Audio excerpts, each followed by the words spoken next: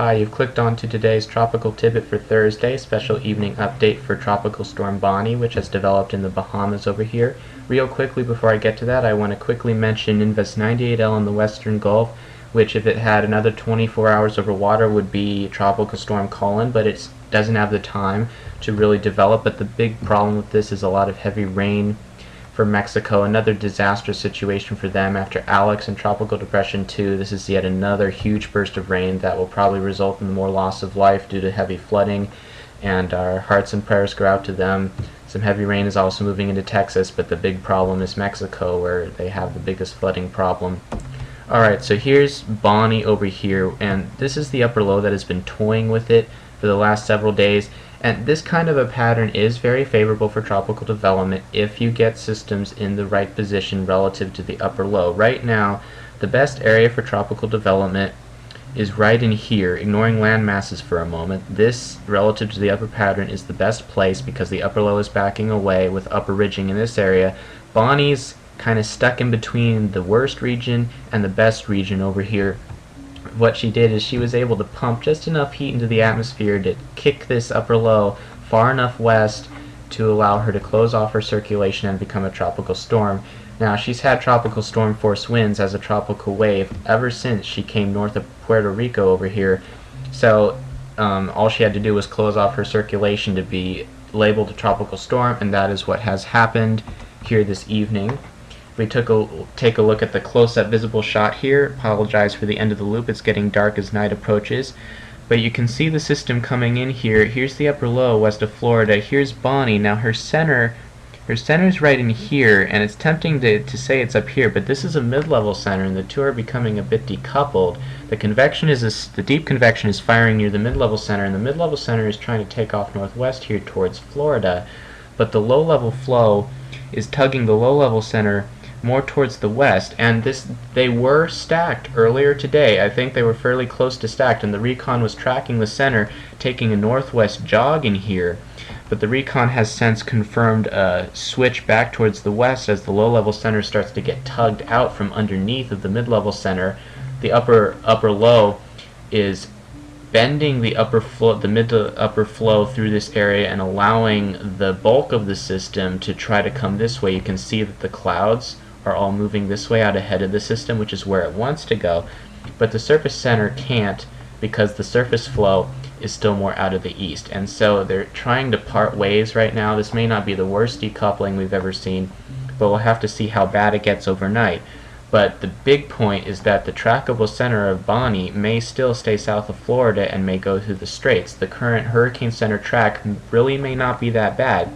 It'll probably pass close to Andros Island over here and clip South Florida and head out into the Gulf, but it will be curving back over this way, and it may move over South Florida like this, but I think it has a pretty good shot at making it through the straits and coming this way, and it will continue west-northwest because of this big ridge building over the eastern U.S. over here as this trough lifts out. This is building in strong over here, and that's going to continue to direct Bonnie right towards the west-northwest and take a long trek all the way, possibly all the way across the Gulf, and make it close to northeast Texas.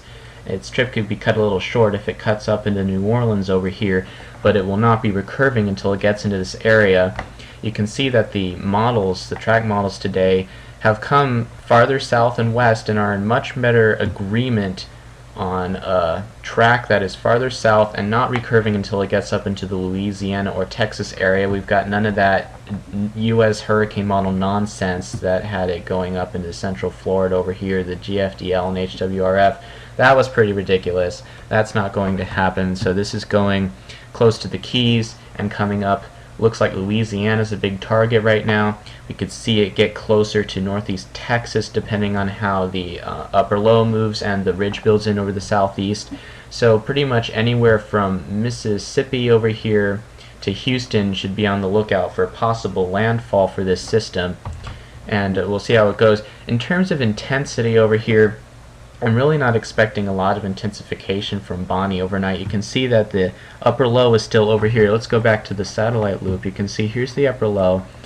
There's some outflow here where the upper low is ventilating the system. There's some outflow here to the southeast, but you can see there's not very much on the northern side, and there's not very much on the southern side because the upper clouds are coming towards the system because of the southerly shear around the upper low, and you do not want to see that for strengthening of a tropical cyclone. And the easterly flow from the upper ridge over here is not allowing an outflow channel to develop. You want to see westerly winds aloft to the north of the tropical system, not from the east.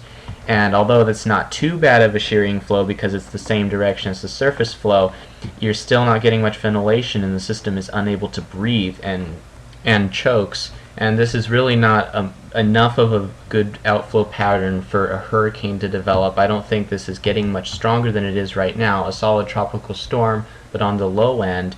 And I don't think it's really going to be much more than that in the Gulf. It could even end up degenerating if the upper low stays close by and doesn't leave it alone. This decoupling could cause the southern center to come through here, and a lot of the energy takes off over here, and it kind of falls apart in the Gulf as dry air takes over and the shear keeps shearing it. And the deep layer ridge, the nature of a ridge like this is that its presence is felt both at the upper levels, the mid levels, and the surface levels. So through the entire atmosphere, you can see the surface ridge is over here directing everything west. The upper ridge is also in here directing everything west, which means that the upper low is coming up into Texas, and Bonnie is following right behind. So they're moving in tandem, and although the upper low may try to put some more distance between itself and Bonnie on its trek across the Gulf, I don't think it's going to be enough to allow this to strengthen a lot. I think the environment will remain rather hostile for a lot of strengthening, and I don't think we'll see a hurricane out of this. It should remain a weak system.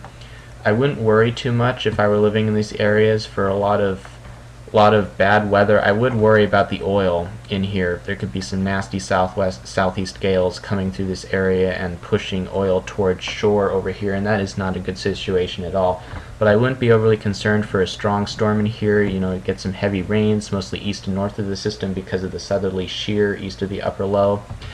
South Florida is going to have a bad day tomorrow with probably tropical storm force conditions and heavy rains coming across the whole area south of Palm Beach. Miami will probably get the worst of this. And you know, this wasn't really unexpected. Ever since this was an open wave, this has been generating gales, tropical storm force winds, ever since it was north of Puerto Rico over here, and this entire area has had to deal with the equivalent of a tropical storm over the last couple of days. So this wasn't really expected. All this weather has been making a beeline for South Florida for a while now. Definitely not an unexpected scenario, and it shouldn't be too big of a deal. Just a weak tropical storm, gusty winds, not too dangerous of a situation, which is good. If this was further east, it would be a worse situation, so we're thankful for that. I don't expect too bad of a storm for these guys either. It really shouldn't strengthen that much across the Gulf right now that I'm seeing. You know, they should watch out for this over here. Keep an eye on it. You know, these things can be kind of sneaky. These storms can try to generate their own environment and defy the odds and strengthen, but right now it looks like this is going to stay weak as it comes across the Gulf and should be no more than a tropical storm, and I think it would be on the low end if it remains one when it comes ashore for a second landfall. Well, that's it for today. Thanks for watching. Everyone stay safe out there. Have a great evening.